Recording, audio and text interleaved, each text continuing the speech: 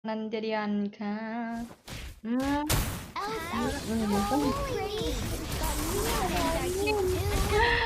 Ba't ka nag-question sa akin? Magti-TV pa sana ako dyan, pero huwag na lang.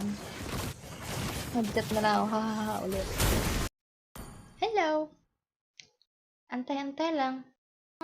Di ba bumalik pa siya? Alis na siya nun. Ah, ano ka? Naabang-abangan mo ako, ha? Lalari lang, napatay mo lang ng isang beses. Ay, nako. Wala na. Ikutan ko.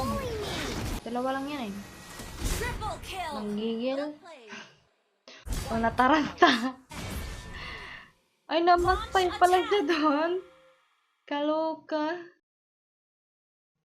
Pero okay lang. Ah.